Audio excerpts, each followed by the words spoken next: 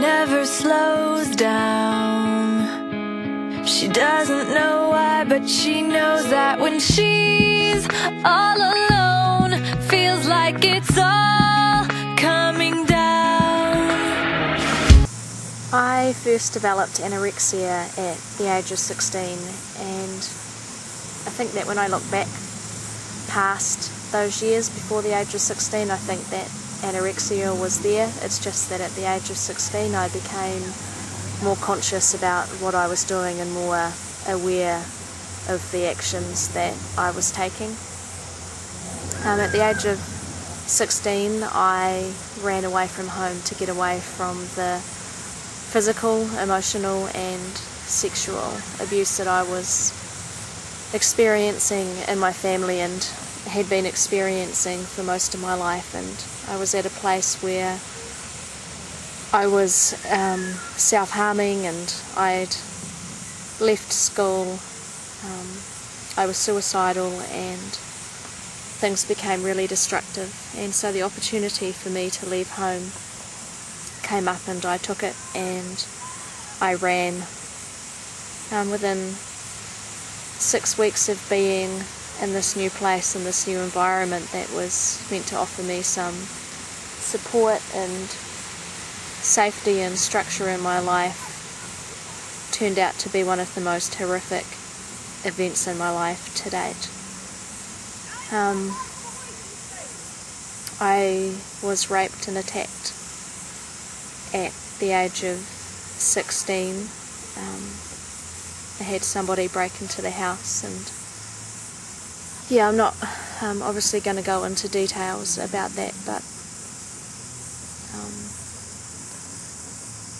as a result of that, and when I got released from hospital, I had to go back home to my parents' place, back into the environment which I was trying to run from the first place because of all sorts of abuse that was happening there. And I think at that point in my life I just lost hope and faith and trust that I had in myself and life and everybody else around me, and it became really dark. And I remember the day and the time actually that I made anorexia my choice. And at the time I don't think it was like I'm choosing anorexia. It was more just me standing in front of the mirror and hating my body and blaming my body for all of the abuse that it had endured over the years, and wanting to change that, wanting to change my image, wanting to change the curves and that feminine look, because I blamed that for all of my abuse. And so from the ages of 16 to 22, my life was really dark and became quite destructive. I didn't care about myself. I started self-harming in a variety of ways. I started to not eat, to over-exercise, to the point where I'd often collapse through exhaustion. I started lying to my family and everybody else around me. For me, anorexia, when I look back at that now, is everything that I didn't like about myself I cast outside of myself, and that was my self-hatred, my self-worth, my lack of self-worth, my lack of self-esteem, my anger, my hate, my pain, my grief, my experiences, my feelings, my emotions, just everything I hated about myself. And I could no longer stand or live within that internal battle, and so I projected it out, and that took a shape and life and form and size and voice and eventually label of its own, which was labelled anorexia. And it really took hold of my life, and it's quite scary to look back at those times and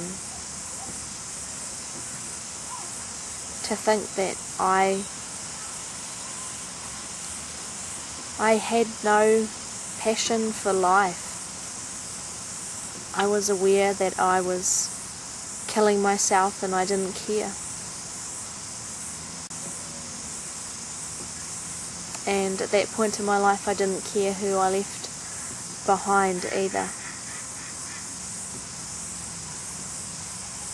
I think that at that time there were people in my life that seen and knew what was going on, and it didn't matter what people said. I think that when you're in the illness, when you're in the disease, you don't want to hear, well, at least for my personal experience, I didn't want to hear those positive messages. In fact, I hated the people that tried sharing the positive messages to me in hope, because I didn't want it and I didn't want to listen. And now I can just see that as being anorexia. I mean, anorexia wants you to remain isolated and alone and to not get help and to not reach out. And I think back then that it had a really strong grip on my life. If I look back on those years from 16 through to 22, I think that I was living within the shadows of anger and rage and hate and grief and shame and all of the emotions that I had denied myself throughout my whole entire life, denied myself from sitting in, from feeling them, and from allowing myself to heal from them.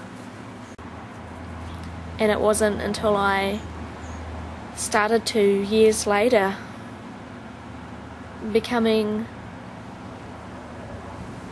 aware of this part within me that wanted life and wanted to fight and speak up and out against those injustices that had happened to me, that I think my life started to change a little bit. But it was certainly a lot of work having to face some of those things, and it's definitely not easy, but in doing that it saved my life. Life slowly started to improve, and this little 10% voice that I had found within me that was pro-life started to grow to 20 to 30 to 40 to 50% until I had fully recovered from anorexia and was leading a fulfilling and nourishing and healthy life. So that was my first experience of anorexia, was through those years. And my latest experience was when I relapsed a couple of years ago when I was 28 and up until now. But I'm running out of room on this video, so I'm going to upload another video, so check down below to see part 2 of my story. Thanks for listening.